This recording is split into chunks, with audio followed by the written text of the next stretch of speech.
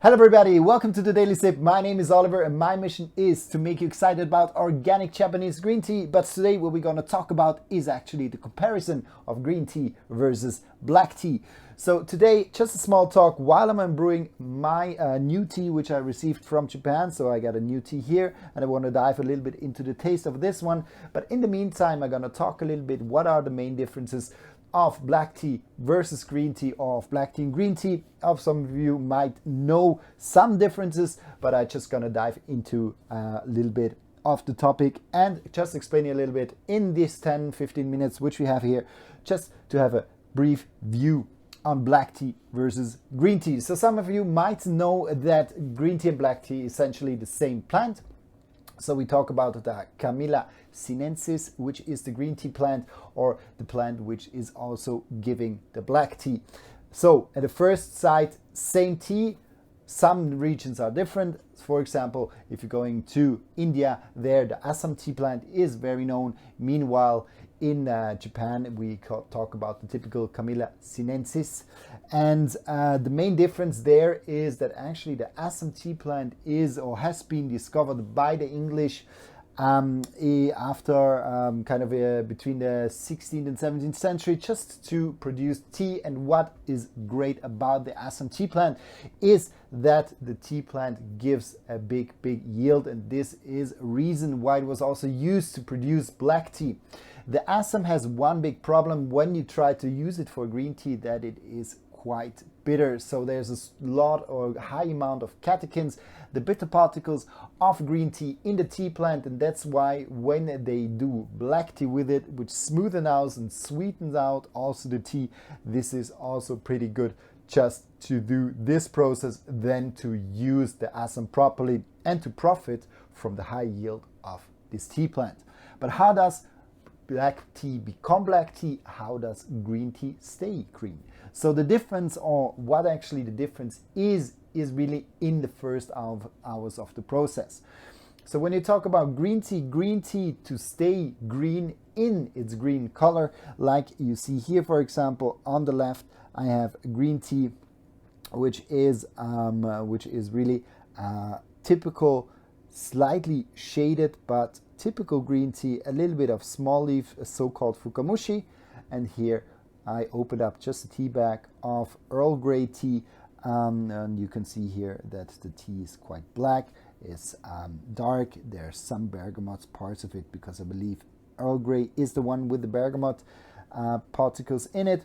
So typical, quite a dark black, kind of dark wooden color. Meanwhile, the green tea is proper green.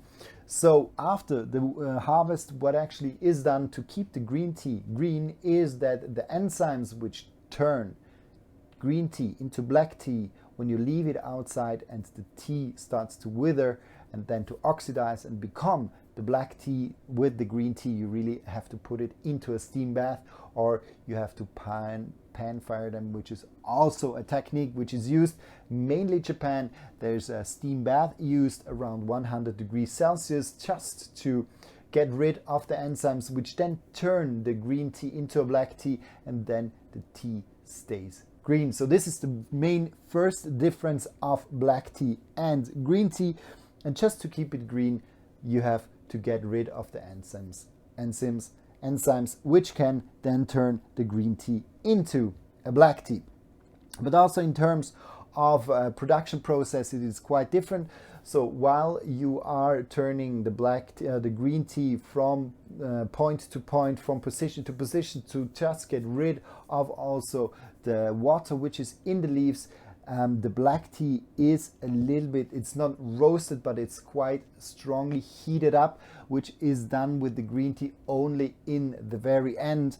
And the production process of the green tea really asks you to go through several steps to just get more and more moisture out of the leaves, that in the end the tea is slightly heated. Normally, for example, when we were at the production facility of Mr. Sakamoto, who does an incredible gyokuro, he heats them up for around 70 degrees or up to 70 degrees. And until the moment the tea leaves hit this heat, they carry around maybe 15 to 20, maximum 25% of the moisture left in the leaves. And this is important also. It is kind of a soft kind of heating of the leaves to not burn them, to not make them brown in any way. And what actually happens when green tea, or what is the difference of green tea and black tea? When we talk about black tea, as I said before, you have this oxidation process.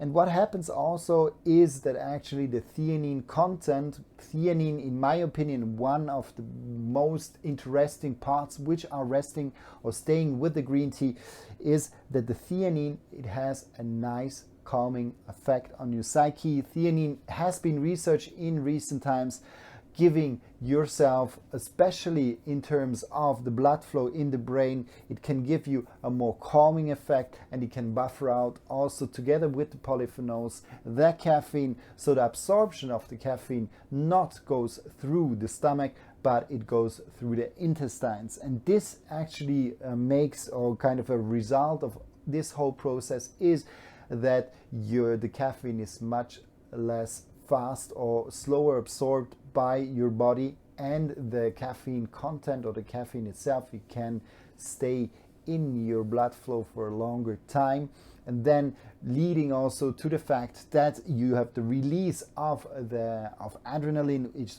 is much lower than with the black tea, where the theanine content is also present, but it's at a much lower level, so the caffeine is more absorbed also by the stomach, and the stomach then leading to a little bit of this shoot of this kick of caffeine, which you know also from coffee, which you have much less with the green tea, but then you also have more this a little bit jittery feeling, so you're getting more nervous, you have a more of adrenaline rushes in your body. Meanwhile, the green tea really is able to keep you calm over a longer period. That's why, for example, the monks in Japan, before they do long-lasting meditation session, they often go and drink a green tea just to be able to concentrate longer, to have more this longer, calm, alert, kind of focused state, which is triggered by this perfect mix of polyphenols, caffeine, and theanine, which as the black tea has much less. And finally, I would say in terms of taste, it's clear these two teas are very, very different. While we talk with green tea, we can talk about different aspects, or kind of different kind of taste profiles a green tea can give. You have some green teas, they really give kind of this grassy, more fresh, spinachy flavor profile. But when a green tea, for example, is shaded, then you can really go into a little bit more of a savory, sweet, fruity, also long lingering taste profile in your palate. So kind of a more of a general, a little bit more of a fresher, a little bit more of a greener, but also a more of a fruity side of the tea. When you go into black tea is often triggering more kind of the chocolatey flavors, the dark wooden flavors, which you can get from some green tea a little bit. But if you really want to dive into this more, a little bit darker, a little bit stronger color, also stronger taste profile, actually the black tea itself shows much more on this stronger, little bit characteristic, going in the direction of a coffee flavor, while the green tea is a very subtle, very sweet and more delicate taste profile, asking you a little bit more also to get used to it and feeling out or getting out the notions of the different taste directions. A green tea can give you very complex, can be very diverse. For me, black tea also very able to go a lot in the different directions, but also often mixed with spices. Also in the Western world, we tend to mix, for example, the Earl Grey, which is mixed with bergamot, but we also have other teas which are just mixed with spices. I have a friend, he's from Iran, they often mix their black teas with spices, so giving the tea a complete different taste profile. Meanwhile, green tea, especially in Japan, is mainly drunk pure. If there's added something to it, there can be some rice puffs, so making a gemaicha, or what I have heard also, if of sakura blossom, there are even some sakura teas which are done. But in general, you can say that with the black tea, you really go more into this darker, a little bit more wooden, a little bit more chocolatey flavor profile. With the green tea, you can go a little bit more into grassy, a little bit more fresher profiles, but also in the sweet, savory, and fruity profile. So there you really can play around as well with different taste aspects, which are quite nice, just without being withered, without being in any way fermented or oxidized. The green tea can make very, very different taste profiles. And what I want to do now is just to go a little bit into the taste of this green tea, because you might know I am a big fan and a bigger fan until now of green tea, and I think this will stay a little bit longer. But now today I will just do a short brewing of this, tasting of this. So just to go again and have another look at the tea. So we have here a Fukamushi style tea, a tea actually which is a little bit finer chopped as well, or it seems to be finer chopped. What is happening actually with the deeper steaming method is that the tea loses a little bit in its strength in the cells, and so gets a little bit more brittle. But nevertheless, this process also brings out a little bit more sweetness of the tea. That's why I personally am in this era now, in this time, a little bit more on the search of nice Fukamushi teas, because I think they are very well suited and very well adapted to the Western taste profile, where we don't like the stringency too much and we shy a little bit away from it. So these teas, they are steamed for a longer time, suppressing more of the bitter parts of the tea and then giving you much more of kind of a sweet, round, a little bit more of a full body flavor profile. And what's pretty nice about it is that the tea's leaves are a little bit more brittle, and through this brittleness some of the sediments get into your tea water. You're drinking the green tea leaf, which is also known from the matcha quite a good thing, because you're absorbing some parts of the leaves, and so you get all the benefits of the tea leaves, also thanks to the smaller parts, which are then in your teacup. So this tea, very easy to do. We can only brew it for 45 seconds, 1 minute more than enough, and then we can just pour it into, oops, now you saw it. Wanted to shake it again, not a good idea. Then let's just pour it. What I've used here is also for Fukamushi, what I suggest you is really to have a green tea teapot, where you have a strainer which goes around the whole teapot. So what you can see is that this teapot really has the strainer all around. That's pretty good, because now with the Fukamushi you can experience some cloggings.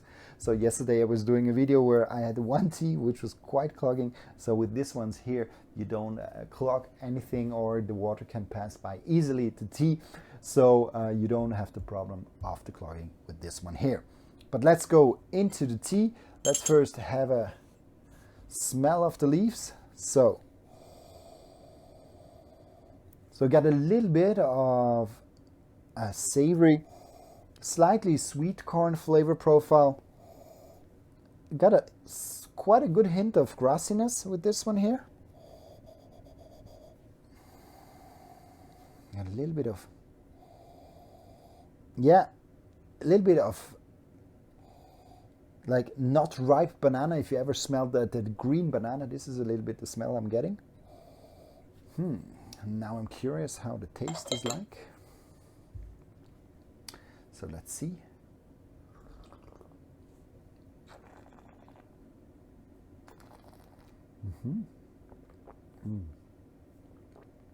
Pretty soft. I got a little bit of a citrusy note with it. So the softness is also, I can describe it a little bit as of a slight grassiness, and then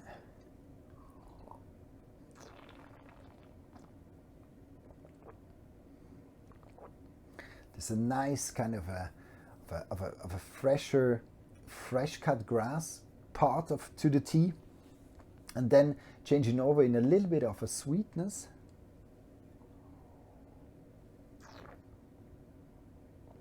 A little bit of a citrusy note.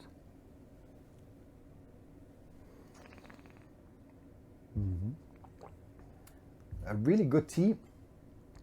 What is nice, it is a good mix of kind of a sweetness, then coming kind of a certain freshness is coming in. There's a slight acidity to it, but it doesn't change over too much into an astringent note. Let's have a second brew of this one here. Just a little bit less water to make it a little bit stronger.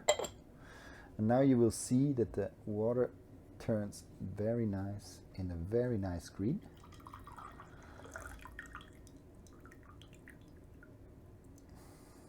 What's nice actually is that you have still kind of a green color, but also a little bit of yellow, so a little bit of gold with this tea. So let's see how the second brewing is.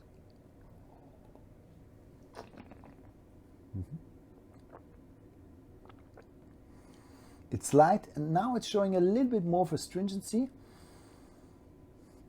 but this is a very soft and a very light tea.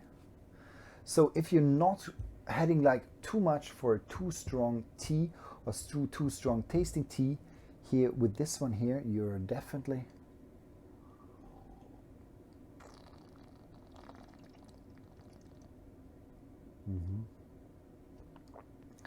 this kind of a very smooth taste, sweet, a little bit of flowery, kind of a nice smooth texture, not giving too much space, and there's a slight citrusy to it as well.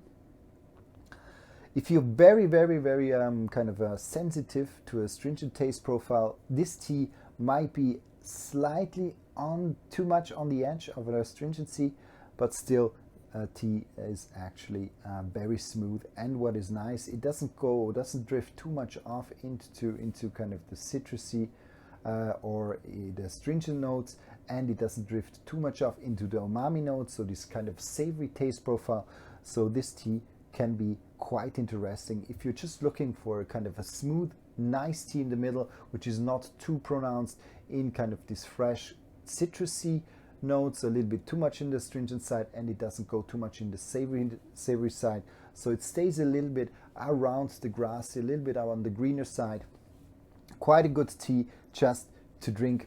Especially I would say this one is a very good one for the afternoon, but you definitely can brew it also for the morning or a little bit later morning hours. Good. Nice tea. I think this could be a candidate to be part of our web shop, but let's see how the tea. I will certainly brew it another time, certainly try it another day, just to be sure if this one suits very well. Good.